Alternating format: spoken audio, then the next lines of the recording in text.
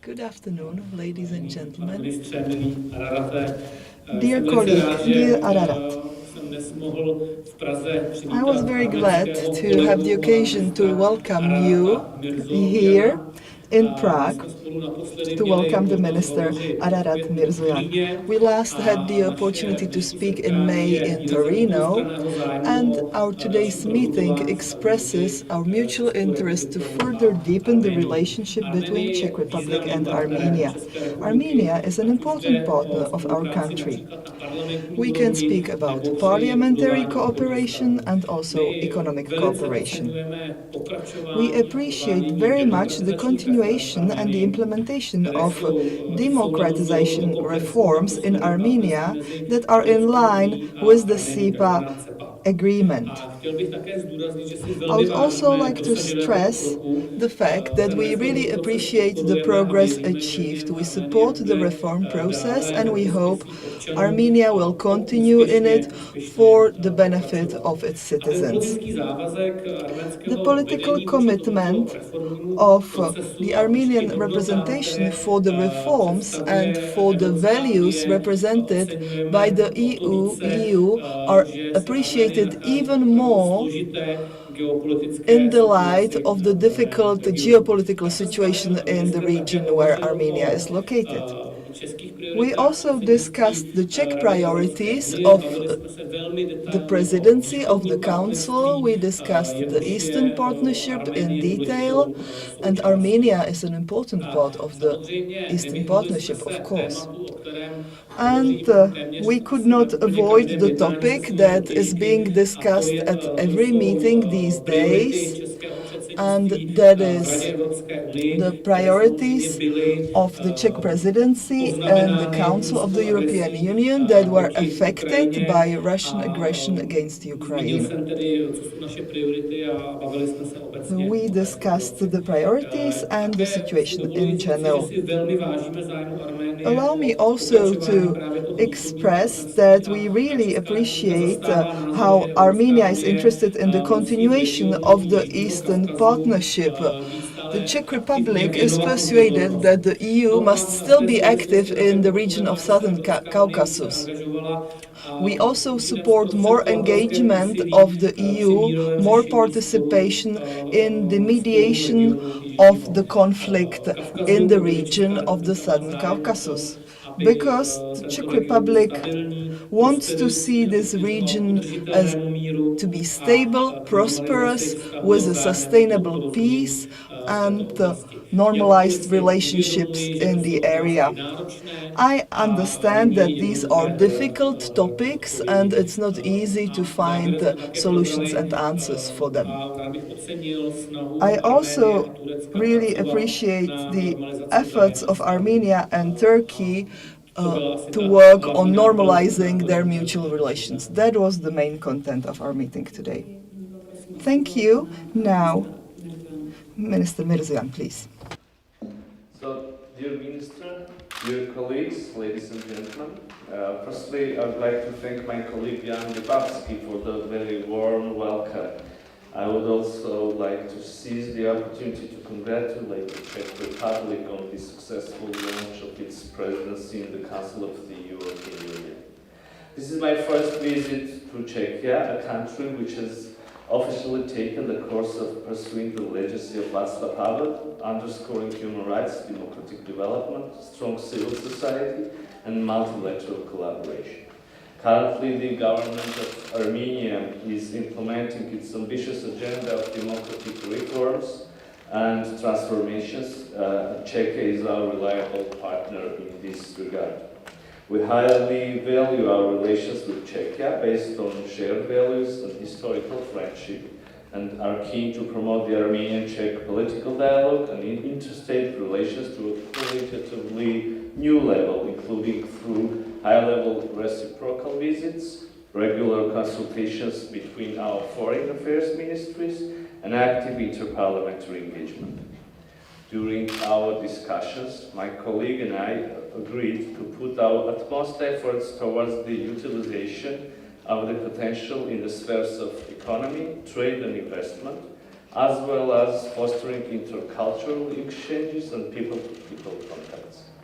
Armenia and Czechia have mutually beneficial cooperation also within multilateral formats, including UN, OSCE, Council of Europe.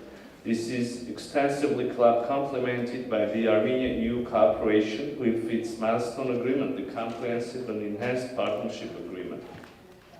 We highly value the active role of the Czech Republic in promoting the framework of the Eastern Partnership and stand ready to join efforts in maintaining this cooperation platform in the spirit of mutual understanding, inclusiveness, and merit-based approach. Dear friends, today we also extensively discussed the issues of regional international security, referred to the Nagorno-Karabakh conflict and the situation resulting from the 44-day war unleashed against the people of Nagorno-Karabakh. I briefed Mr. Libavsky on Armenia's position and efforts toward establishing peace and stability in our region, where the OSCE Minsk Group co-chairmanship plays a key role in reaching a comprehensive and lasting settlement of the Nagorno-Karabakh conflict. In this regard, I express my gratitude to the Czech side for its continued support to these efforts and the role that OSCE Minsk Group co-chairmanship plays. Nearly 2 years after the cessation of hostilities in Nagorno-Karabakh, humanitarian issues remain unresolved. Azerbaijan continues to hold Armenian prisoners of war and civilian hostages, using them as political weapon. Also, Azerbaijan's policy of destruction, desecration of the Armenian cultural and religious heritage in the territories fallen under Azerbaijani control is of great concern. In this regard, we expect a targeted response and practical action from the international community. Dear colleagues, the realities resulting from the use of force and mass violations of human rights cannot create a sustainable foundation for regional peace and security. Armenia has repeatedly stated its readiness for constructive dialogue, refrain from preconditions and war-mongering rhetoric for sustainable peace and development of our region. I will conclude my speech with this. Once again, thank you very much, Mr. Libavsky, for your hospitality, and please kindly receive my invitation to visit Armenia. Děkuji, pane ministře, a nyní je prostor pro vaše dotazy. Poprosím ČTK. I would like to ask how is Armenia affected by sanctions on Russia? Thank you very much. Of course, sanctions against Russia have their negative direct or indirect impact on Armenia's economic development and economic situation in the region in general. And thus we're trying to find short-term and mid-term solutions to mechanisms for addressing and, if possible, eliminating these threats. And my hope is that we will succeed in this process. Thank you. Díky a odvět dotaz poprosím Arman Kostan. Thank you. I will read the question sent to us by the Army Press News Agency. It's to the Minister Libavsky.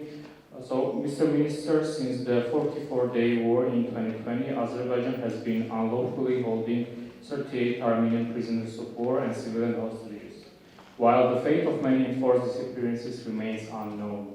Numerous international organizations and countries, including the Foreign Affairs Committee of Chamber of Deputies of Czech Parliament, in its resolutions have called upon Azerbaijan to free Armenian POWs. What Czechia, as a country which promotes human rights and humanitarian values, is doing to facilitate the process of freeing the Armenian prisoners of war? Thank you. Děkuji za otázku. Thank you. During any meeting, bilateral or multilateral, we stress that international humanitarian law and the Geneva Conventions must be respected. The Czech Republic strictly respects them, and we expect this from other countries as well. Speaking about the issue you mentioned in particular, the Czech Republic supports the mediation efforts of Charles Michel in resolution of the conflict, and I think his role is crucial.